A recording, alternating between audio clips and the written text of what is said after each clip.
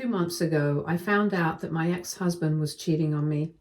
This was after he had been gaslighting me for years. For the longest time, he tried to downplay his infidelities, even when I would confront him with undeniable proof. I had seen text messages exchanged between him and the women he was involved with. Yet, he would always manage to twist the narrative, gaslighting me to believe that those screenshots were photoshopped and that I was crazy to even believe them. Once I found a pink rubber band and a broken nail underneath our bed, a clear sign that a woman had been to our place. When I confronted him about it, hoping for some kind of acknowledgement, he had the audacity to claim that the items were probably mine, insisting that I was just forgetting where I left my own things. It was infuriating, not just because of the lies, but because of the way he always dismissed my concerns and invalidated my reality. Most of these confrontations would often escalate into heated arguments. I would try to stand my ground, demanding honesty, but he would get defensive and aggressive. He would lash out and call me lunatic or overdramatic for even suggesting that he was unfaithful in our marriage. He would then turn every accusation into an attack on my character, making me feel like I was the problem, like I was imagining things or being irrational. At the time, my ex-husband had lost his job and was entirely dependent on me to cover all our daily expenses. Along with my job, I also had to take care of the household and our son. Every bill, every necessity, every meal, it all fell on my shoulders. After covering the essentials for our family, there was barely anything left from my income. And on the rare occasions when I did manage to save a little, if I gave it to him, he would squander it recklessly on alcohol or on some online game he was obsessed with. When I started refusing to give him any extra money because I simply couldn't afford to anymore, he would erupt in anger. He'd scream and yell at me. Sometimes his outbursts would turn physical. He'd punch walls, slam doors, or throw things around, trying to intimidate me into submission. The fear he created was palpable, and I often felt trapped. There were countless times when I would muster the courage to tell him to leave, to move out, and let me and our son live in peace, but he would then get his family involved in our disputes. His mother, my ex-mother-in-law, was just as manipulative and toxic as her son, perhaps even more so. Whenever my ex involved her, she would storm into our house, not to mediate, but to berate me. She'd yell at me about my duties as a partner, claiming that it was my responsibility as a good wife to provide for her son, no matter the circumstances. She'd go on rants about how I should be cooking for him, cleaning for him, and tending to his needs, even if he wasn't contributing a single thing to our household. In her eyes, it was woman's work to manage everything at home, regardless of how overburdened or unsupported I felt. My father-in-law wasn't any help either. He'd just sit there during their visits, watching my ex-mother-in-law spew her venomous words, offering no defense or support for me. A little bit about me. I'm an orphan. My parents tragically passed away in an accident when I was young, and from that moment on, I was raised in an orphanage. It wasn't an easy life, but I made it through, even though I was never adopted. When I came of age, I had to find any job I could to create a life for myself. When I met my ex, I was just 19 years old, young, inexperienced, and incredibly naive when it came to love. He was older than me, seemingly more established and mature, and he carried himself in a way that made me believe he was the perfect partner. At the time, I thought I was lucky to have someone like him in my life. He made me feel special, as though he had everything figured out, and I saw him as someone I could trust and depend on. But little did I know, all of that was just a lie. In reality, he saw me as someone who could be manipulated enough to serve his needs. It wasn't long before I became his personal maid, cook, and helper, doing all the things that kept his life running smoothly while ignoring how drained and overwhelmed I was. He would expect me to handle everything: cooking, cleaning, doing his laundry, on top of my other responsibilities. It didn't matter even if I was working multiple part-time jobs just to make ends meet. He still demanded that I come home and cater to his every whim. Things escalated after we moved in together. That's when he began insisting that I hand over my paychecks every month. Naturally, I resisted. I had worked hard to earn that money and had my own bank account for a reason, but he wouldn't let it go. He argued that as the man of the house, he should be the one in charge of all the finances. He would tell me to just trust him and argue that he was more responsible than me. Eventually, he wore me down, and I agreed to give him a significant portion of my earnings. 60% of my paychecks every month. I kept the rest to cover my personal expenses and contribute my share of the bills. Looking back, I realized how messed up the entire situation was. He had no interest in contributing equally or building a partnership with me. He only cared about controlling me and ensuring that I remained dependent on him so I would not escape him. If you're wondering why I ever got married to such a man, it was only because I got pregnant with our son unexpectedly.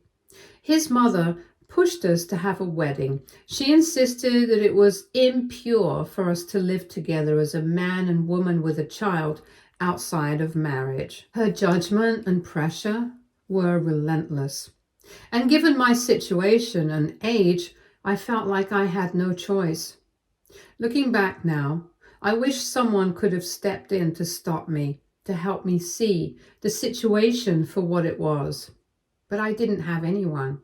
I didn't have a support system to lean on, no one to point out the red flags or advocate for my well-being.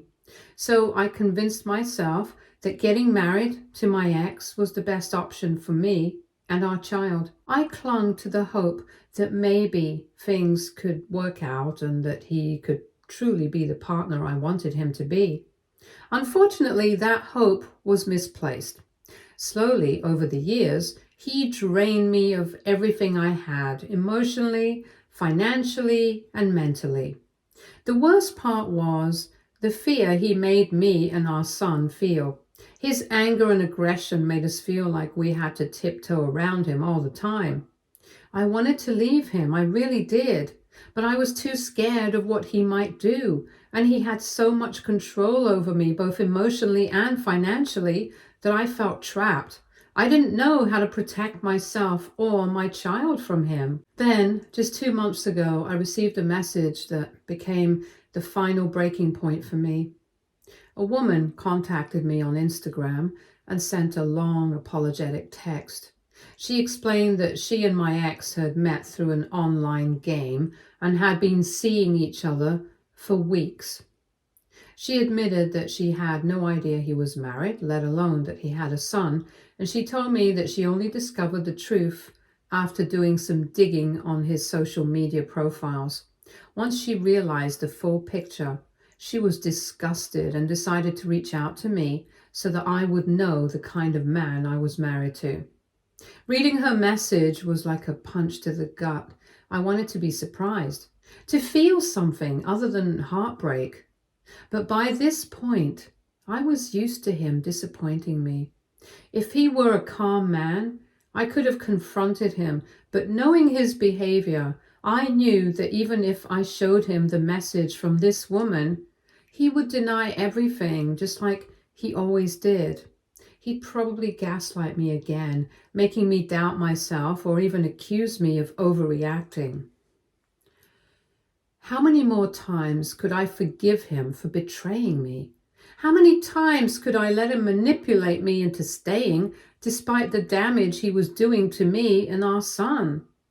That moment, as I stared at the message, I thought of my child. What kind of example was I setting by allowing this behavior to continue?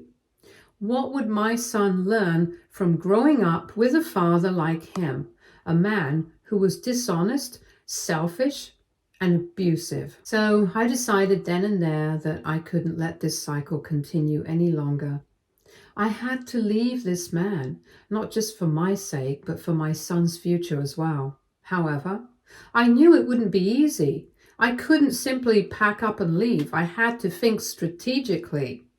If I wanted the divorce proceedings to go in my favor, I needed solid proof of his infidelity. Proof that couldn't be dismissed or twisted by his lies. That night, after my ex stumbled into bed reeking of beer after playing his video games for hours, I waited patiently for him to pass out. Once I was sure he was deep asleep, I slipped out of the room with his phone in hand. It felt risky, but I knew it was something I had to do. For years, he had kept his phone locked away from me, refusing to share his passcode. However, I also knew he wasn't particularly clever when it came to security. I took a guess. It was his mother's birthday, and sure enough, it worked. What I found inside his phone exceeded even my worst expectations. There were conversations with multiple women he had talked to over the years. He had exchanged inappropriate pictures, sent flirtatious messages, and even maintained multiple fake Instagram accounts to DM these women under different identities. The more I read his messages, the sicker I felt. This man was disgusting, to say the least. I methodically took screenshots of every incriminating conversation, every photo, and every fake account he had.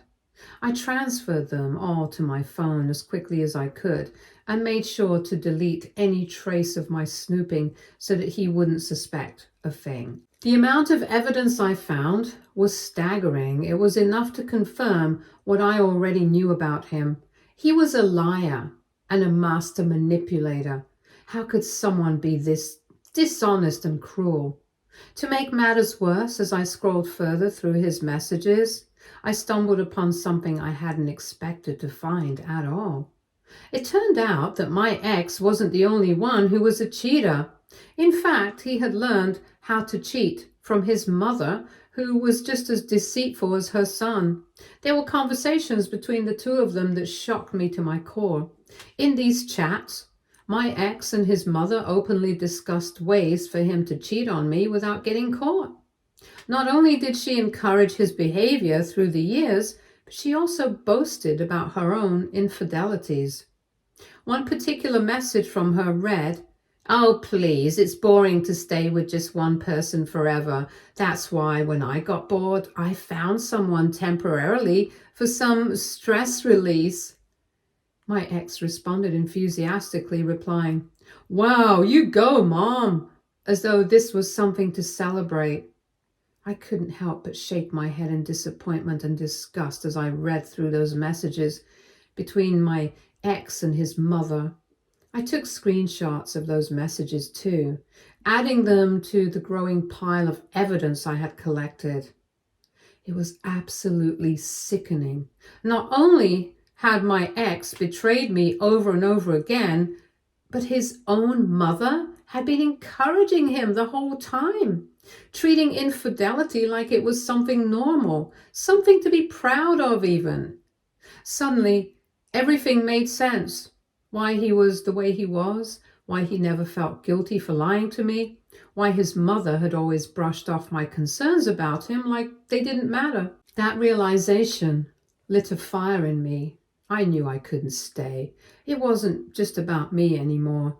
I had to protect my son. I didn't want him growing up thinking this kind of behavior was okay, thinking betrayal and lies were just part of life. I needed to break away for both of us. The very next week, I began preparing to leave my ex. I knew I couldn't just pack a suitcase and walk out the door. He was a volatile man, prone to violence, and I couldn't risk triggering an outburst that might endanger me or my son. Instead, I started small and secretive. Each day when I left for work, I packed my handbag with a few things of mine and my son's important documents, birth certificates, IDs, anything we would need to start fresh. I left these at a co-worker's house, someone I trusted who had generously offered to let me and my son stay with her temporarily. Over the course of the week, I continued transferring items little by little. Along with the documents, I packed small amounts of clothes and essentials, discreetly removing anything of value that we would need to survive once we left my ex. It was a slow and nerve-wracking process, but I knew I couldn't afford to rush and risk my ex finding out what I was planning. Finally, after a week of careful preparation, I knew the time had come. Everything was ready. My son and I had what we needed to leave and start over. On the day we left, I didn't confront my ex or try to explain myself to him in person. I knew better than to risk another fight. Instead, I left a note behind where I told him that I was done with our marriage. I made it clear that I was taking our son with me, not just because I was leaving, but because I couldn't leave my child in his care. I wrote that I didn't trust him to take care of our son, knowing full well that he wouldn't lift a finger to ensure he was fed, clothed, or safe. As expected, when my ex realized what was happening, he was furious. He started calling me multiple times and left me a string of angry, threatening voicemails warning me that I had no right to just leave him. He also threatened that he was going to find us and drag us back home if I didn't return soon. But I still didn't budge. Instead, I saved every one of his voicemails, knowing they would serve as undeniable evidence of his abusive behavior when the time came to confront him in court. I didn't just stop there. My ex's parents got involved as well. They called me incessantly, demanding explanations as to why I wanted a divorce from their son. His mother even showed up unannounced at my workplace to harass me so I would change my decision. She yelled that I was abandoning her poor son without warning and claimed he was miserable without us. Ex-mother-in-law even tried to guilt trip, insisting that they were the only family I had left and that I should learn to adjust and compromise for the sake of my son, even if it meant staying in a situation I didn't want. It was exhausting, invasive, and completely unfair, but I tried to stay strong. Only after I sent my ex the divorce papers, the fighting and threats stopped and he completely changed his approach. His tone shifted from anger to desperation. Suddenly, he was begging me to reconsider instead of threatening me.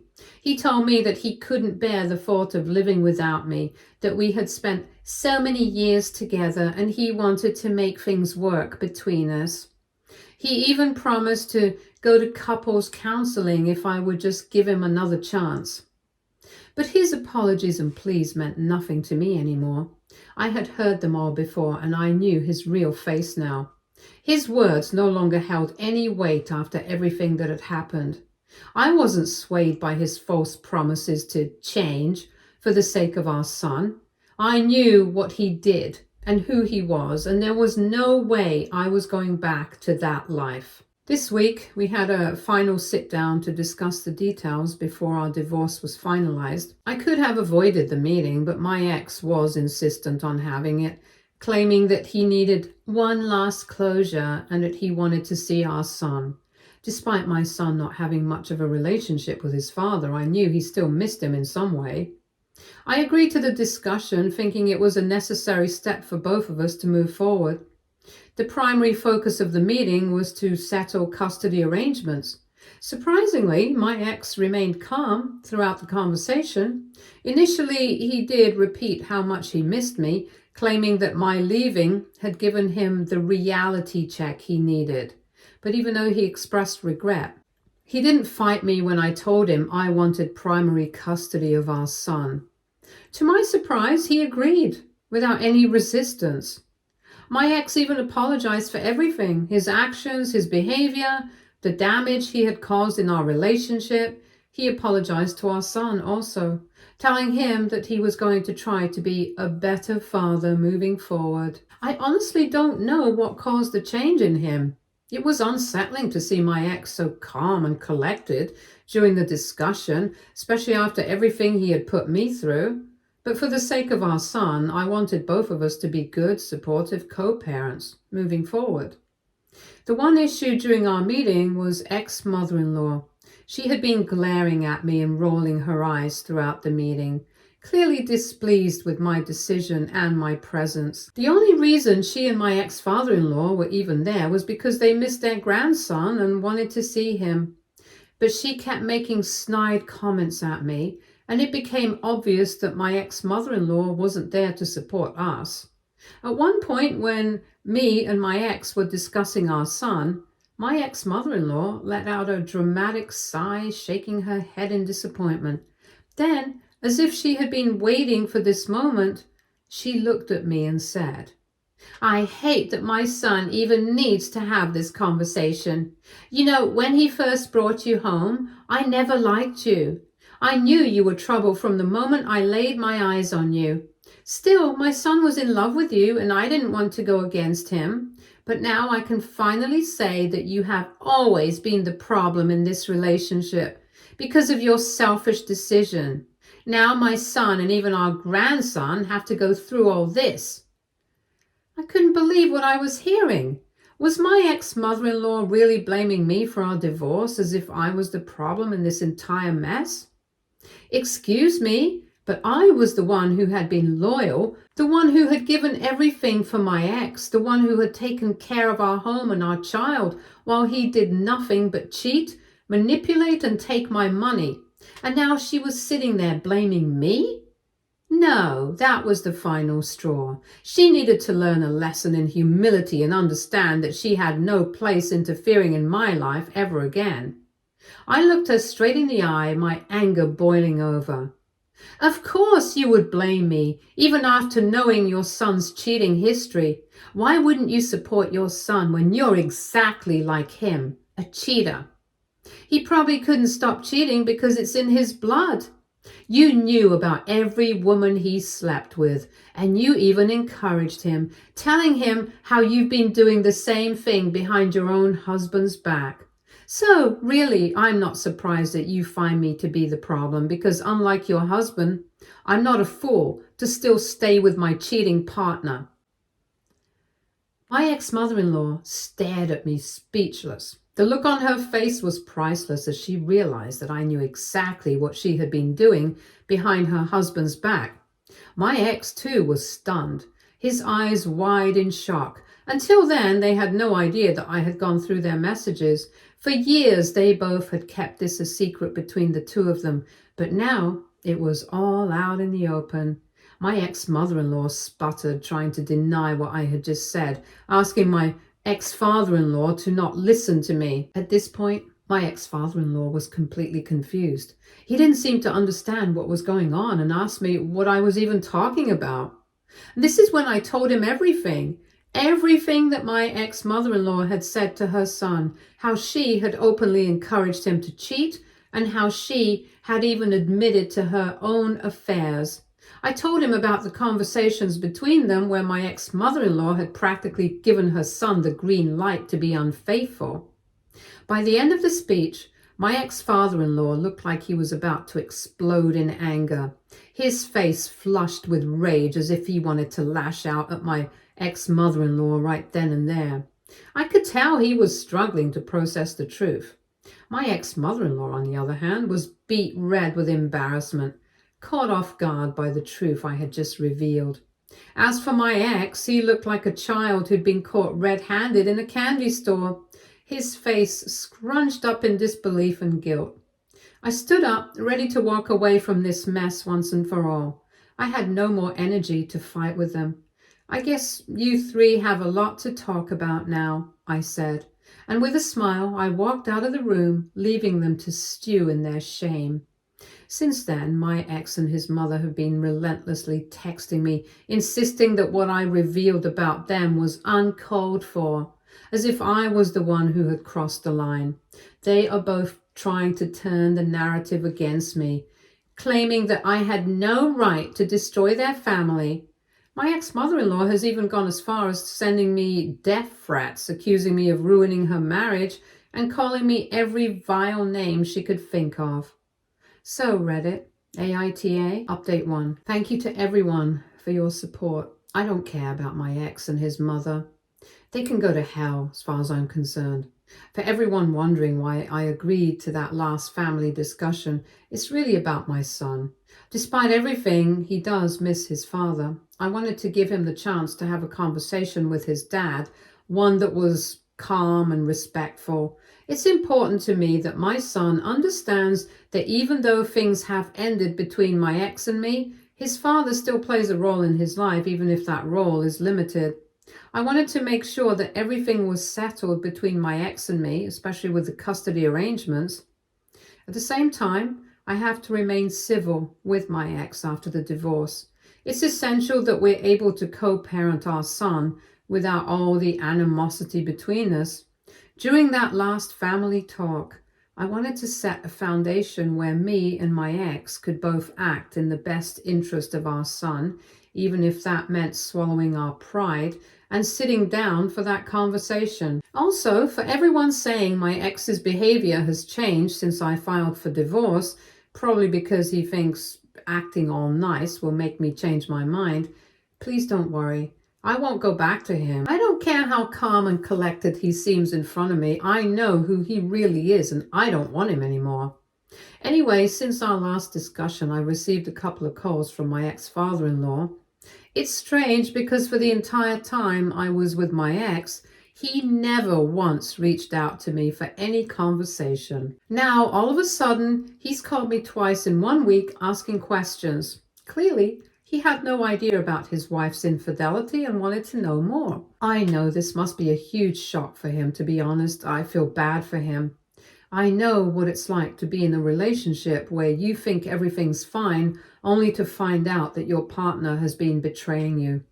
It must hurt him to realize that the woman he'd supported all these years had been hiding something so painful from him.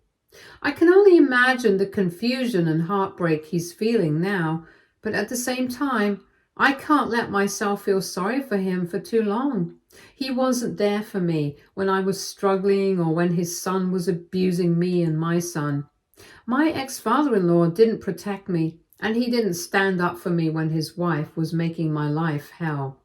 So while I understand his shock and pain, I can't let myself get caught up in that. I've sent my ex-father-in-law the screenshots of my ex's conversation with his mother. Now he can do whatever he wants with that information. My focus now has to be on my son and building a future for both of us that's free from this toxicity. Update 2. It's been 3 months since my last update. First of all, I'm relieved to say that my divorce has been finalized. The judge ruled that my ex will pay both alimony and child support, which was a small victory for me and my son. He was also ordered to attend mandatory anger management classes before he could see our son. Surprisingly, he didn't put up a fight and agreed to all the terms without protest. Part of me was expecting more resistance from him, but I suppose it's a sign that he knows I'm serious about moving on and putting the past behind me. Before he left, he made one last comment about his family. He told me that he wished I hadn't exposed his mother, claiming she's going through a tough time with my ex-father-in-law and how they're going for couples counseling, but there's a chance that her marriage might be over. He basically blames me for what his parents are going through. Honestly, I don't care. They can blame me for all they want just to make themselves feel better, but I'm done with their drama. I've spent enough time being manipulated and gaslit by them. So their issues are no longer my burden to carry. Update 3. Hello, it's been a while since I last updated here, and my ex-father-in-law reached out to me today. He sent me a long message informing me about his decision to separate from my ex-mother-in-law. Despite them going for couples counseling, he basically thanked me for opening his eyes to the truth about her and told me how I saved him from spending years of his life with his cheating partner. In the end, he apologized to me for how wrong he was for not standing up for me all those years ago. Honestly, I'm not sure how to feel about this. Part of me wants to feel some sense of satisfaction, knowing that he now sees the truth. But I'm also not emotionally connected to this situation any longer, so I don't want to respond to him. Since the divorce, I have only been focused on myself and my son, and that's it. Update 4. It's been a month since my last update, and for everyone wondering how things have been since the divorce, I can say that my ex and I are doing our best to co-parent in a way that's healthy for our son. It hasn't been an easy transition, and it has taken my son some time to adjust to this new family dynamic, but overall, we're doing fine. I'm doing everything I can to make sure my son feels supported and loved through all the changes. As for my ex-mother-in-law, since her separation from ex-father-in-law, she has nowhere else to go, so she is now living with my ex. Although I don't particularly want her in my son's life after everything that's happened, I'm still trying my best to keep it civil for the time being. I have talked to my ex, and he has assured me that during her stay he won't let his mother interfere between us again or say anything negative about me to our son. I have made it very clear to my ex that if I ever find out that his mother's crossing any boundaries or putting my son in a difficult position, I will take them to court again to ensure she never gets the chance to see him. I know how manipulative my ex-mother-in-law can be, so I'm going to keep a close eye on things. I'm not taking any chances when it comes to protecting my son. His well-being is my top priority, and I'll do whatever it takes to make sure he is okay. Stay tuned for more stories from our girl relationships.